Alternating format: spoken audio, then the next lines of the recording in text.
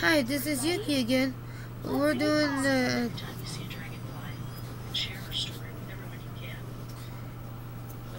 part 2 of the Mary Bell case.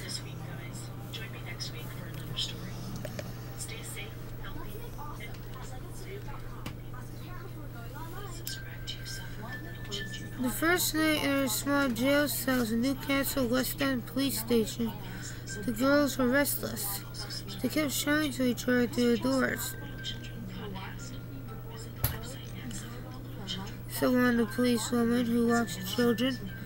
The police station was not accustomed to housing child offenders, and they had to make provisions best as they could. They finally told them to shut up. However, I heard Mary shout angrily about her mother.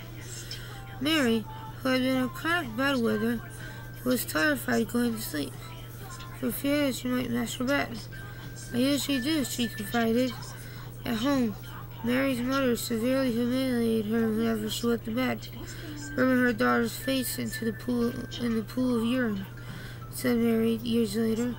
She had hung the mattress outside for the entire neighborhood to see. During the course of her incarceration, the women guards got to know Mary better, describing her as confident, intelligent, and cheeky. Some of Mary's casual comments shocked the policewoman, but others saw her as a scared little girl who had no comprehension of the enormity of her actions. In the middle of the night, Mary would bolt upright. Mary's hostility had an almost naive quality. A tightly grabbing the stray cat by the neck, a guard told her not to hurt the cat. Mary allegedly replied, "Oh, she doesn't feel that, and anyway, I like her in little things you can't fight back." In another incident, a policewoman said that Mary said she liked to be a nurse, because then I can stick needles into people. I like hurting people.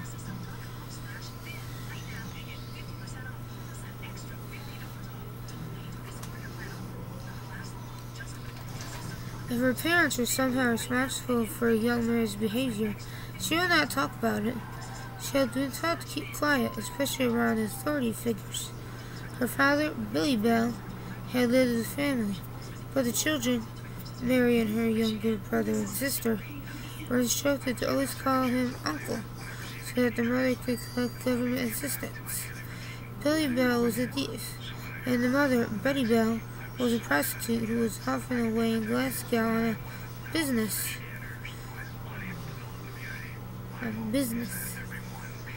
Because of the family's shady vocations, Newcastle welfare authorities know very little about Mary's family. One detective who visited Mary's home described it as having no feeling of a home, just a shell. Very peculiar. The only life one felt was that of a big dark rock buggy. Was it because Mary was unresponsive that the psychiatrist found her psychopathic?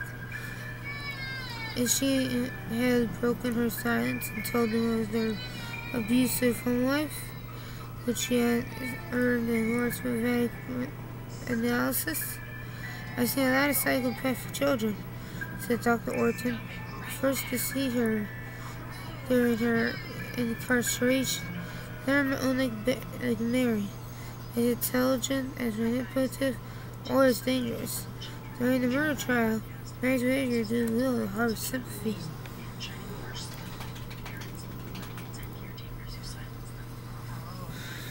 Well, that was a very naughty thing to do, wasn't it? To think of killing little boys and girls and talk about it? Mary Bell and Norma Bell were both brought to trial for the murder of Martin Brown and Brian Howe at the Newcastle Assize Court Hall on December 5, 1968. The trial would last 9 days. The media attention, although valued by today's sensationalist standards, was generating increasing interest as the trial progressed. By the final day, the press was everywhere. Despite attempts to make the court proceedings less threatening to the children, both Norma and Mary were bewildered. Mary appeared to be attentive, later admitted the whole thing was a blur.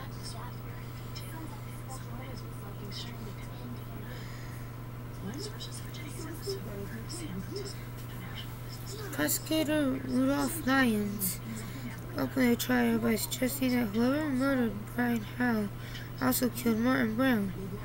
Lyons recounted the suspicious behavior of both girls at the scene of Martin's death, how they plagued the Moynihan family with morbid questions, and how their notes were the most damaging to their innocence. Handwriting analysis had verified that Norma had written that I murdered so that I may commit no.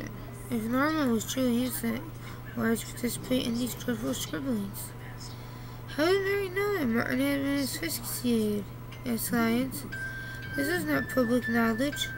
Yet she determined that she demonstrated to the house how Martin was strangled. Forensic evidence also implicated Mary. Gray fibers from one of her wool dresses were discovered on the bodies of both victims.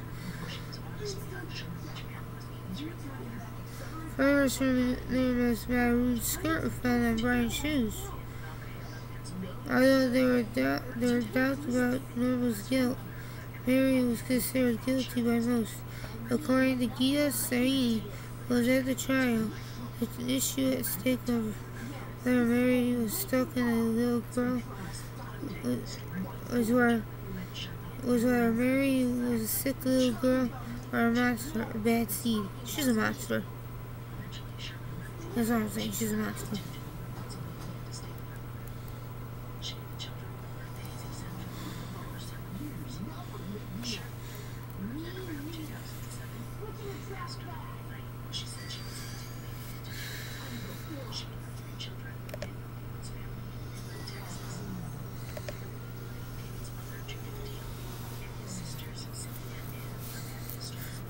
Mary's family presence at the trial certainly didn't help her case. Her mother, Betty Bell, disrupted the proceedings with all her wailing and sobbing, her long black wig slipping off her head like a poorly played character in a lurid soap opera. She stormed out during the trial, only to dramatically reappear moments later. Her father, Billy Bell, sat quietly, ignoring his wife's spectacles. Mary was ready to describe as very pretty and intelligent, with dark hair and sharp blue eyes, which in anger looked emotionally blank. The observers in the courtroom outside were watching her with a horrified kind of curiosity. For such a manipulative and cunning little girl, Mary knew nothing about childing sympathy. At one point, Mary told a police officer how a woman up in the gallery smiles at me, but I don't smile back. Isn't it a smiling matter? The jury wouldn't like it if I smiled, would they? Norma, on the other hand, was surrounded by a much more sympathetic family. She was the third of 11 children, and reacted to evidence and testimony with a more childlike combination of fear and nervous tears. Mary disdained crying as a sign of weakness. Norma was the first to take the stand. Her defense lawyer, R.P. Smith, asked her about the day Martin Brown's murder, how Mary poked her head through the fence. The girls were next door neighbors, and said, "There's been an accident." Mary wanted to tell me that there had been an accident, and something about blood all over something. For the prosecution, Norma was an important witness to Mary's violent disposition. Did Mary ever show you how little boys and girls could be killed? Did she ever tell you that? When Norma answered yes. Well, that was a very naughty thing to do, wasn't it? To think of killing little boys and girls and talk about it?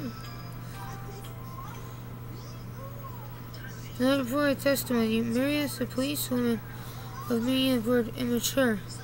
Others said Norma was more immature. She said, "Would that mean that if I was more intelligent, I'd get all the blame?" On the sixth day, Mary was called to the stand. The record buzz.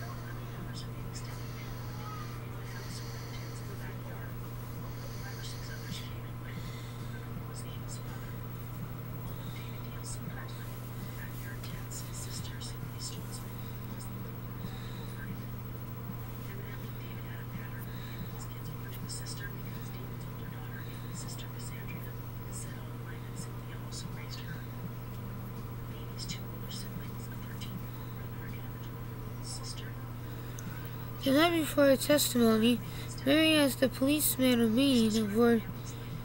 On the sixth day, Mary was called to the stand. The room buzzed with anticipation.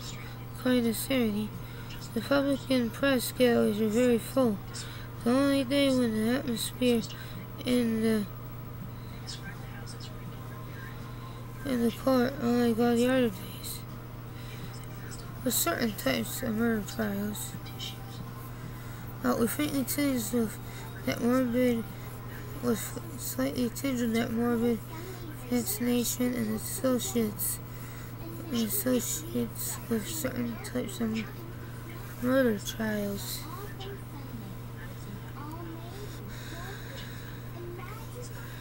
Mary was confused and brimming with rationale. Why did Mary ask to see Martin Brown in his coffin? We were burying each other. One of us did not want to be a chicken or something, she explained. Oh, drawing in a notebook Martin's body for their knowledge of the crime scene. Rumors, she said. People were just saying that there was a bottle of tablets and things spilled out of them. It was just to make it look better, and that she had told the house that Norma killed Martin. Because I had an argument with Norma that day, I couldn't think of...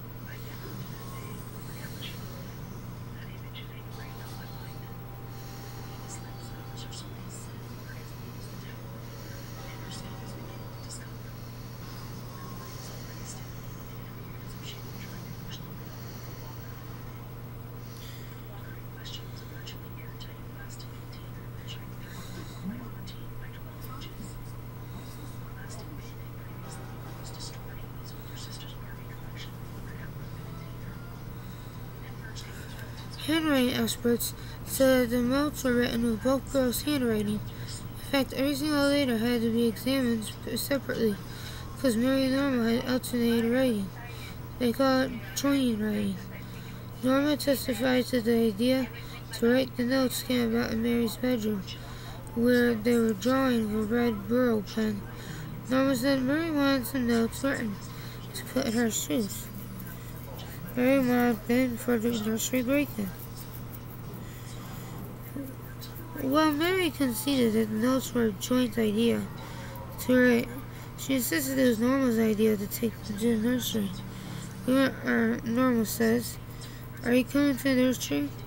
I says, Yes, away then. Because we had broken into it before. She admitted that we were being destructive. But it was all fun. We thought it would be a great big joke. Mary was supposed to be faggot. Norma was Fanny.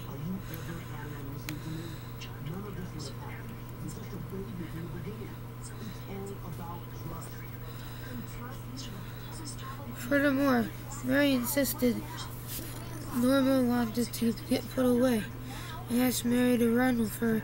They ran off together. Before when asked why Norma wanted to run away, Mary weirdly answered, because she could kill the little ones. That's why, she said, her voice getting shaky and shriller, and ran away from the police.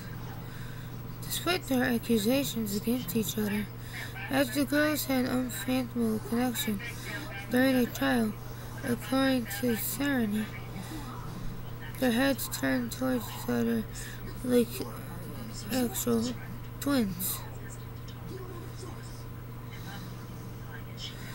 Their faces suddenly bare of expression and curiously alike.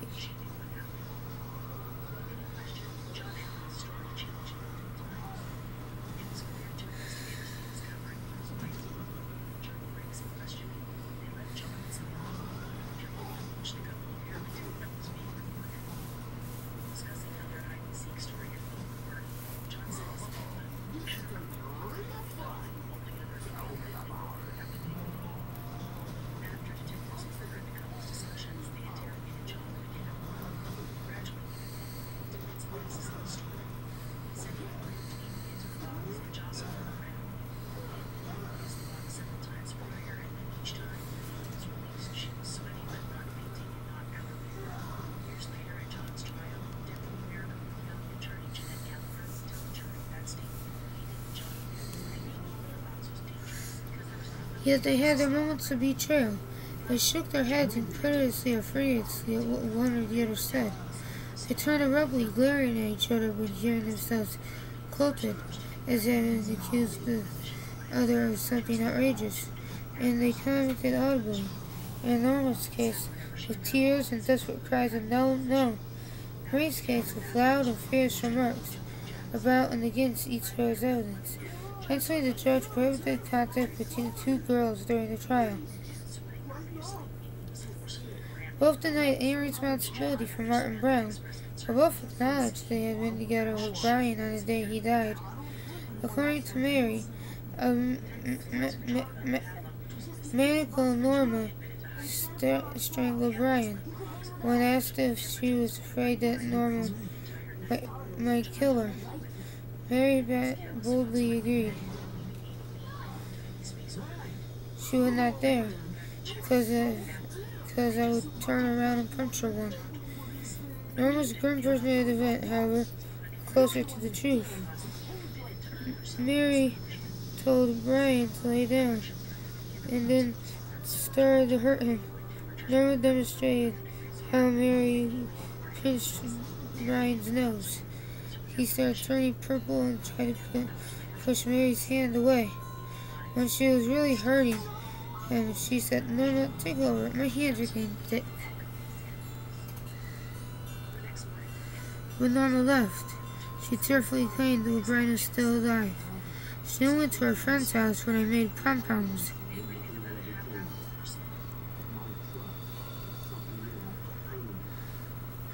What would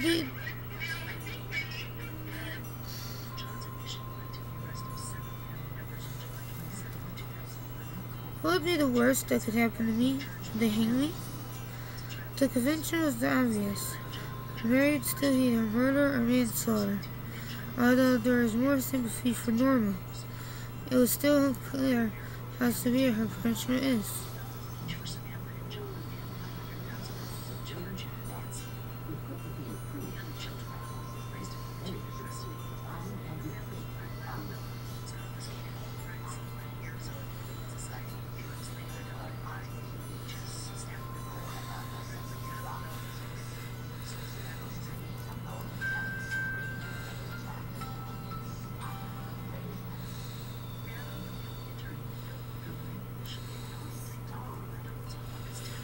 called me a murderer, and I grabbed his hair and smashed his face into his dinner.